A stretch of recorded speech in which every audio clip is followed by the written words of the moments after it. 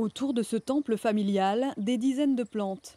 Elles sont appréciées pour leur beauté, mais aussi pour leurs vertus aromatiques et thérapeutiques.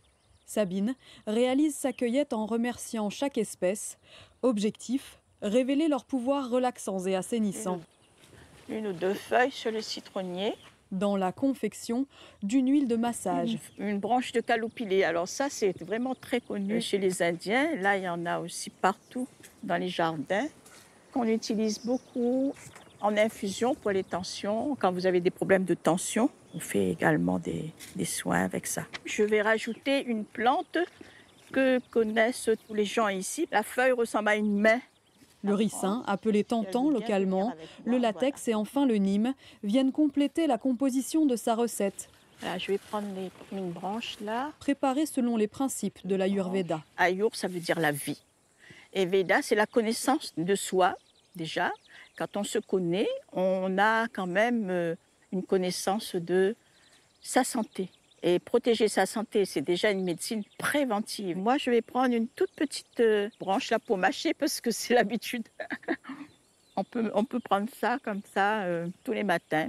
Vous sentez l'amertume et c'est très bon pour les gens qui sont de pitta, qui ont beaucoup de feu. Tout ce qui est amer, c'est très bon pour les pitta. Ça va diminuer le feu dans le corps. Pitta, Vata, Kapha, trois énergies vitales nommées dosha, à la base des principes de l'Ayurveda. Ni trop jeune, ni trop vieille, entre les deux, voilà. Chaque dosha est une association d'éléments dont l'équilibre est synonyme de bonne santé. C'est une approche holistique. On va prendre l'être humain dans tout son ensemble. Il n'y a pas que le corps. Et il y a aussi cette approche spirituelle qui nous permet de nous élever. On a besoin de ça. Et la réalisation de soi passe par là. Quelles que soient les religions, c'est important, je pense, d'avoir un support pour nourrir son cœur et nourrir son esprit et sa spiritualité. Les vertus de ces plantes sont transmises par les femmes dans la famille de Sabine depuis plusieurs générations. Mais elle doit aussi ses connaissances en médecine ayurvédique à ses échanges réguliers avec les praticiens indiens à New Delhi. Son fils Erwan marche dans ses traces. Sabine le rejoint au centre de yoga et d'ayurveda qu'elle a fondé. Moi, j'ai pris une feuille de tantan. Prendre une portion. C'est tout simplement dans la cuisine que le praticien prépare ses recettes d'huile. Je n'aurai pas besoin de beaucoup puisque ça va être un massage pour une personne. La feuille de citronnier. C'est lors d'un voyage en Inde, dans la capitale mondiale de l'Ayurveda il y a 6 ans, que sa vie a changé. J'ai décidé en fait d'aller me faire masser moi-même au Kerala. Ça m'a tellement changé.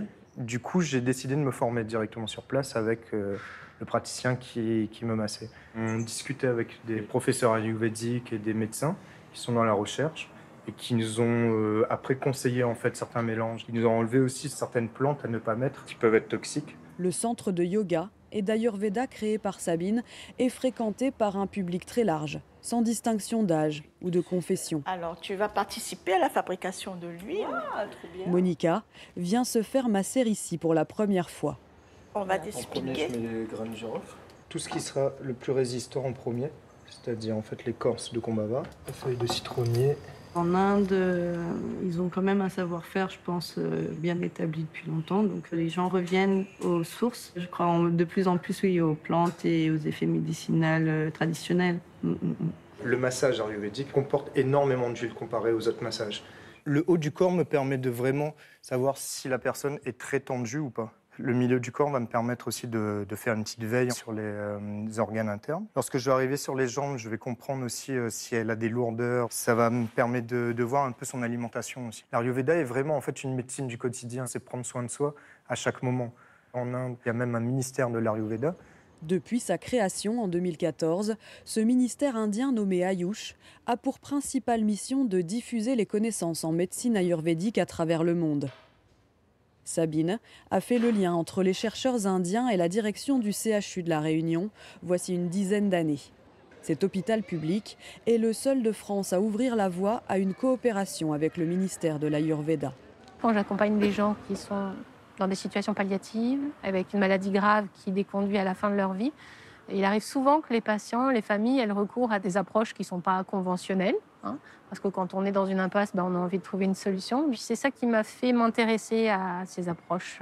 Le spirituel, il peut avoir sa place. Moi, en tant que médecin de soins palliatifs, il y a des moments où on accède au spirituel sans pour autant aller au religieux. Là, dans le contexte de notre travail de recherche, il faut qu'on soit très vigilant par rapport à ça. Prendre la médecine ayurvédique dépourvue de cet aspect hindouiste. L'hôpital n'est pas là pour faire la promotion de telle ou telle religion, bien sûr. Yeah, hello. Oh, hello.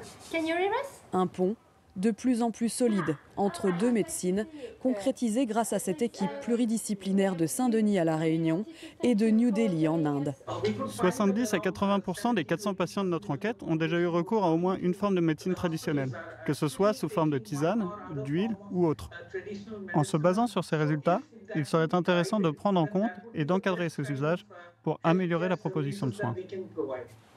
Pour accompagner cette pratique, en 2024, un praticien indien devrait réaliser les premières consultations en médecine ayurvédique au sein du CHU de La Réunion. On va aller vers des pathologies qui posent un problème de santé publique sur l'île de La Réunion, donc typiquement le diabète, l'endométriose. On va aussi proposer un programme pour les soignants avec l'idée que si les soignants trouvent que c'est efficace, ils auront moins de réticence pour le proposer aux patients. C'est sûr qu'il faut encadrer ces pratiques. C'est pour ça que nous, le fait de le faire au CHU, dans un contexte universitaire, à l'endroit même où on pratique l'allopathie, ça donne une légitimité. Si aujourd'hui, les médecins allopathes ne sont pas prêts à ça, de toute façon, il faudra qu'ils y viennent parce que les patients, ils sont en demande. Grâce à cette coopération, la formation devrait s'étoffer à l'avenir et ainsi ouvrir encore plus grand les portes de l'hôpital à cette médecine traditionnelle, vieille de 5000 ans.